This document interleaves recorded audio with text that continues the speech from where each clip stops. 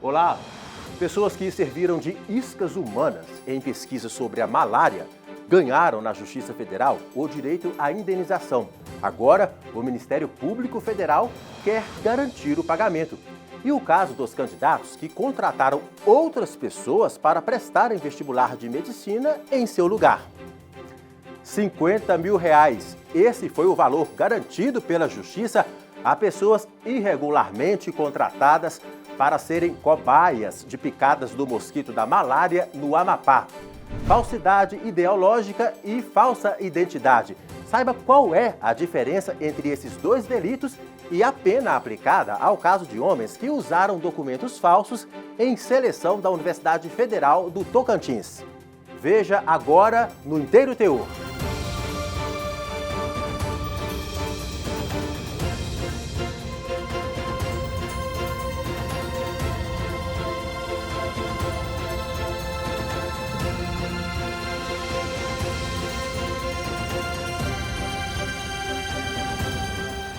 Imagine servir de isca para atrair mosquitos da malária durante a noite, recebendo para isso valores que variavam de R$12 a R$20. Isso ocorreu há cerca de 20 anos em comunidades ribeirinhas e quilombolas no interior do Amapá. A pesquisa foi interrompida pelo Conselho Nacional de Saúde por causa de uma série de controvérsias, como a participação de financiadores particulares e públicos e a retribuição financeira a quem servia de cobaia, o que é vedado pela legislação. A Justiça Federal condenou os envolvidos. E agora, como não cabe mais recurso, o MPF quer que as vítimas recebam o valor da indenização de R$50 mil corrigido. É o assunto da nossa primeira reportagem. A malária é uma doença infecciosa febril aguda causada, na maioria das vezes, pela picada de fêmeas do mosquito Anopheles infectadas por protozoários. Mas a transmissão também pode ocorrer durante o compartilhamento de seringas, a transfusão de sangue ou até mesmo da mãe para o feto na gestação. Os sintomas mais comuns são dores de cabeça e no corpo, febre, náuseas, calafrios e suor excessivo. O tratamento do paciente com malária é feito com medicamentos fornecidos pelo Sistema Único de Saúde. Para o tratamento, são levados em conta alguns fatores, como a idade, o peso, o tipo de malária e algumas outras condições de cada pessoa. Segundo a Organização Mundial de Saúde, todo ano, cerca de 430 mil pessoas morrem por causa da malária no mundo. Entre as vítimas, 70% são crianças. Os esforços para pesquisar, prevenir e combater a doença são variados e, algumas vezes, polêmicos. Entre 2013 e 2015, por exemplo, uma pesquisa denominada Heterogeneidade de Vetores da Malária no Brasil utilizou ribeirinhos e quilombolas do estado do Amapá como iscas humanas.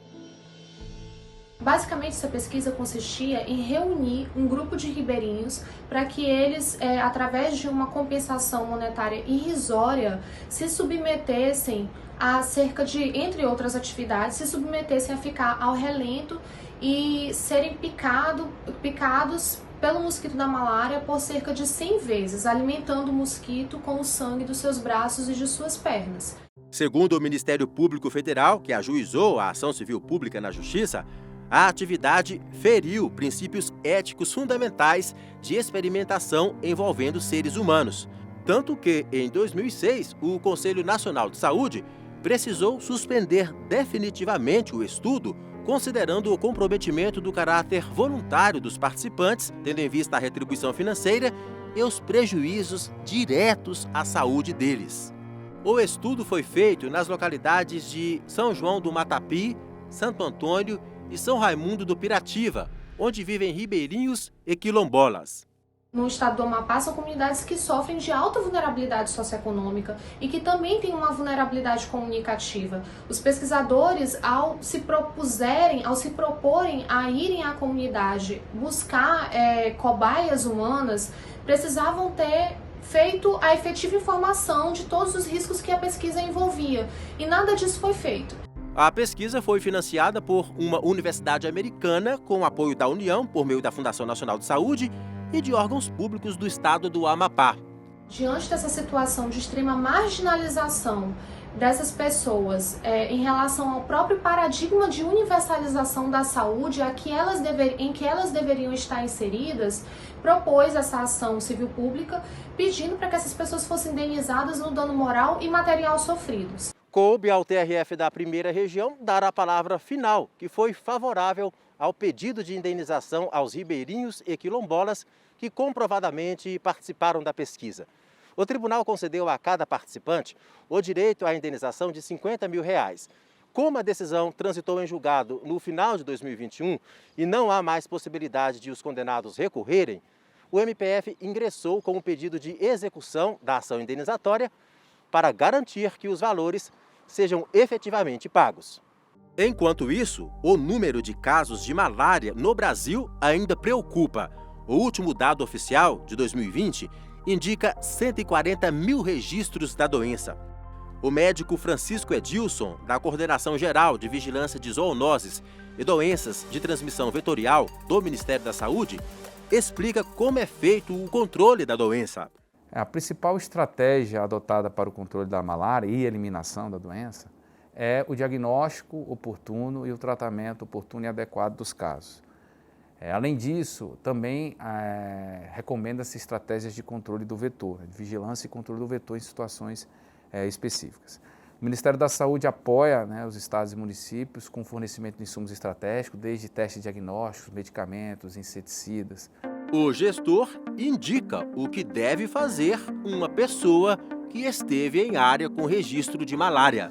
Se você esteve em área de malária, onde ocorre malária, ou você mora em área de malária e apresentar os sinais e sintomas compatíveis, procure a unidade de saúde, informe para o profissional que você esteve numa área de malária e após a conduta do tratamento, faça o tratamento até o final, não interrompa, que é extremamente importante.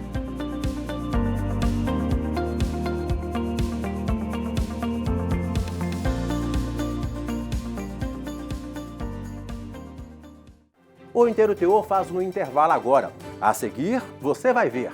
TRF1 condena homens que contrataram outras pessoas para realizarem prova de vestibular usando documentos falsos.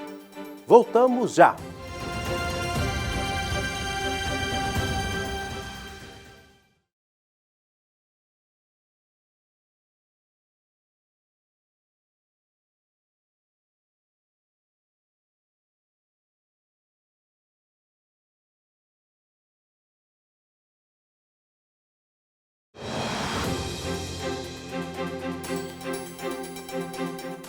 Na tentativa de conseguir uma vaga em concurso público ou universidade, algumas pessoas acabam passando dos limites e até cometem crimes. O TRF1 condenou 2 homens por usarem documentos falsos para prestar um exame de vestibular. O que diz a lei sobre esse e outros delitos semelhantes? Veja na reportagem. Na esperança de terem mais chances de aprovação no vestibular de medicina para a Universidade Federal de Tocantins, 2 homens contrataram outros 2 homens para realizarem a prova por eles, usando documentos falsificados. Os 4 foram presos em flagrante e condenados juntos pelo uso de documento falso, combinado com o crime de falsificar documento público.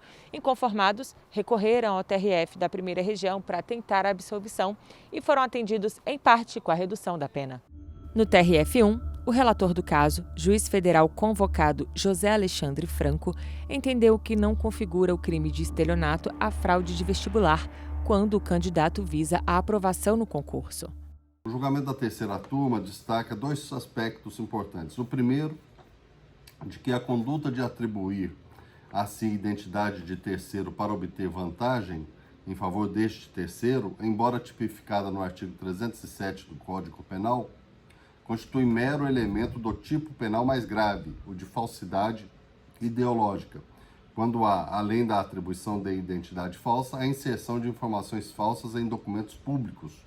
Acompanhado por unanimidade, o relator sugeriu uma pena menor aos réus. Os atos de prejudicar direito, criar obrigação ou alterar verdade sobre fato juridicamente relevante, são inerentes ao elemento subjetivo do crime de falsidade ideológica e não poderiam, portanto, ser considerados pelo juízo de primeiro grau para majorar a pena base. A terceira turma, então, deu parcial provimento às apelações da defesa para reduzir a pena base ao mínimo legal, mantendo-se o regime aberto e a substituição da pena privativa de liberdade por restritivas de direito.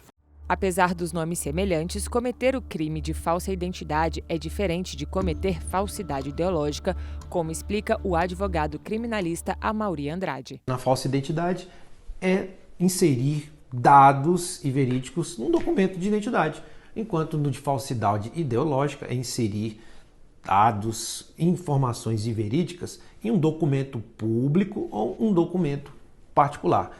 Ambos, logicamente, para obter uma determinada vantagem. No caso da falsa identidade, para si ou para terceiros.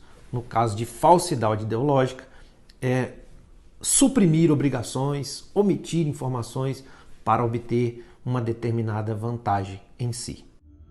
No caso de falsidade ideológica, a pena prevista é de até 5 anos de reclusão e multa, isso em caso de documento público, e de até 3 anos nos documentos particulares. Se o agente é funcionário público e comete o crime usufruindo do cargo, ou se a falsificação ou alteração é de assentamento de registro civil, aumenta-se a pena de 6ª parte.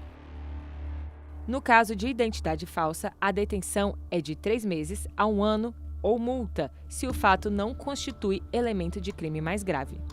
Já o crime de falsificar no todo ou em parte documento público ou alterar documento público verdadeiro prevê como pena reclusão de 2 a 6 anos e multa.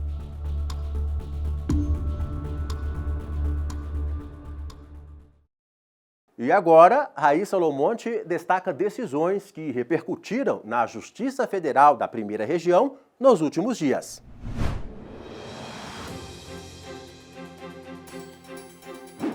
Olá! Uma estudante de pedagogia da Universidade Federal do Piauí garantiu na Justiça o direito de antecipar a colação de grau e, consequentemente, receber o diploma de conclusão de curso.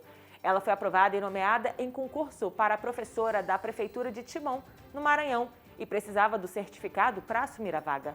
O desembargador federal Jamil Rosa de Jesus Oliveira, relator do caso, aplicou o princípio da razoabilidade e considerou plausível antecipar a colação de grau e também a expedição do diploma, uma vez que a perda da chance de obter o cargo público seria muito danosa, caso prevalecesse o prazo legal de resposta ao recurso administrativo.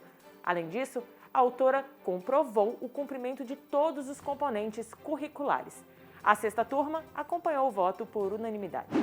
A mesma turma confirmou a prorrogação de visto temporário de estudante estrangeiro no Brasil para conclusão de estudos.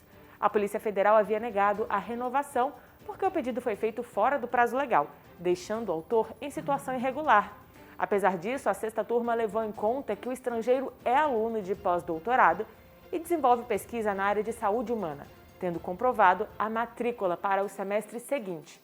Portanto, ainda que o pedido de prorrogação do visto tenha sido feito fora da data correta, não é razoável o indeferimento, tendo em vista os princípios da razoabilidade, da dignidade da pessoa humana e do direito à educação.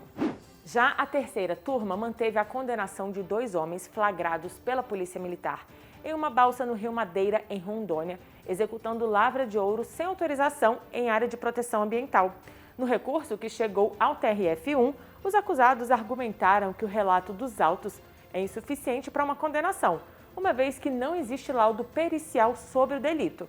Mas o relator, desembargador federal Ney Belo, destacou que, dentre as provas, constam os depoimentos dos policiais militares que deram detalhes do material apreendido destinado à exploração de minério. A decisão unânime do colegiado acompanhou o voto do relator e confirmou a condenação de 1 ano e 5 meses para cada um dos réus. E em um caso de contrabando de cigarros, a 4ª turma negou o pedido de um homem para que fosse revista a condenação por esse crime previsto no artigo 334-A do Código Penal. A turma confirmou a condenação do réu a 2 anos de reclusão por entender que as razões do recurso são insuficientes para afastar a motivação da sentença, já que há provas da conduta, uma vez que ele foi pego transportando 20 mil pacotes de cigarro. Até a próxima edição do Inteiro Teor Notícias.